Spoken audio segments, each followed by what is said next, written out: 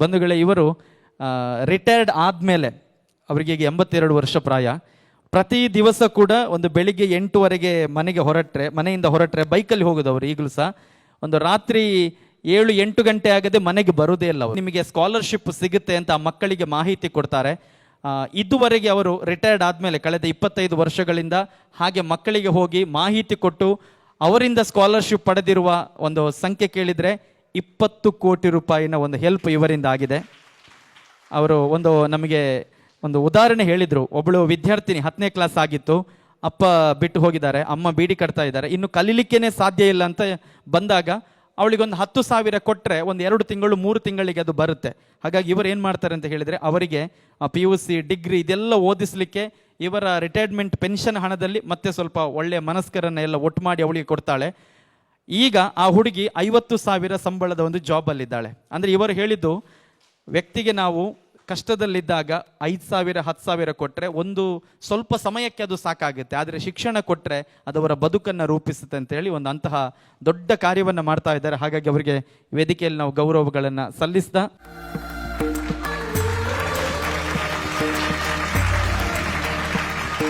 ನನ್ನನ್ನು ಗುರುತಿಸಿದ್ದಕ್ಕೆ ನಾನು ಹೇಳ್ತಾ ಇಲ್ಲ, ಎಷ್ಟೋ ಜನ ಶಿಕ್ಷಕರನ್ನು ಗುರುತಿಸಿ ಇದ್ದಾರೆ ಅಂತ ತೋರಿಸಿಕೊಟ್ಟಿದ್ದಾರೆ ಸಮಾಜಕ್ಕೆ. ಇಂಥ ಕೆಲಸ ಆಗಬೇಕು. ಯಾಕೆಂದರೆ ಇಲ್ಲದೆ ರಿಟೈರ್ಡ್ ಆದ ನಂತರ ನಾವು ತುಕ್ಕು ಹಿಡಿದ ಕಬ್ಬಿಣದ ಹಾಗೆ ಆಗ್ತೇವೆ. ನಾನೀಗ ಏನು ಮಾಡ್ತೇನೆ, ಅವ್ರು ಹೇಳಿದರು, ನಾನು ಬೆಳಿಗ್ಗೆ ಹೊರಟ ರಾತ್ರಿಯೇ ಮನೆ ಮುಟ್ಟುವುದು. ನನ್ನ ಪೆನ್ಷನ್ 60,000 ಪೆನ್ಷನ್ ಬರ್ತದೆ. 60,000ದಲ್ಲಿ 30,000 ಸಮಾಜಕ್ಕಾಗಿ ನೀಡ್ತಾ ಇದ್ದೇನೆ. ಸಮಾಜ 30,000 ಮಾತ್ರ ನಾವು ಉಳಿತಾಯ. ಮೊನ್ನೆ ಅಕೌಂಟ್ನಲ್ಲಿ ಒಂದೊಂದೇ 1,000 ಇದ್ದದ್ದು. 1,000 ಬೇಕಲ್ಲ ಪಾಸ್ ಪುಸ್ತಕಕ್ಕೆ, ಇಲ್ಲದ್ರೆ ಆಗೋದಿಲ್ಲ ನೋಡಿ. ನಾನು ಯಾಕೆ ಕೊಡ್ತಾ ಇದ್ದೇನೆ ಅಂತೇಳಿ, ನನಗೆ 60,000 ಪೆನ್ಷನ್ ಕೊಡ್ತಾರೆ. ಪೆನ್ಷನ್ ಎಲ್ಲಿಂದ ಕೊಡು ಸ್ವಾಮಿ? ಮಂತ್ರಿ ಏನಾದರೂ ಮನೆಯಿಂದ ಕೊಡ್ತಾನ? ನೀವು ಕೊಡಿ, ನನಗೇನು ಬೇಸರ ಇಲ್ಲ.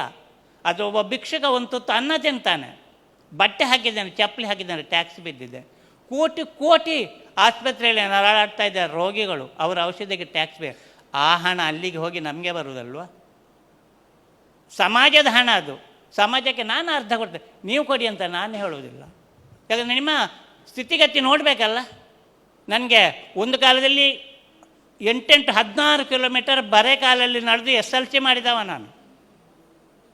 ಹಾಗಂತ ಈಗ ಏನು ಸಮಸ್ಯೆ ಇಲ್ಲ. ನನಗೆ 12 ಎಕರೆ ಜಮೀನಿದೆ, ಅಡಿಕೆ ತೋಟ ಉಂಟು, ರಬ್ಬರ್ ತೋಟ ಉಂಟು, ಒಬ್ಬ ಮಗ ಮಾಸ್ಟ್ರು, ಅವನ ಹೆಂಡತಿ ಟೀಚರು, ನಮ್ಮಲ್ಲಿ ಬೇಕಾದ ವಾಹನಗಳೆಲ್ಲ ಉಂಟು.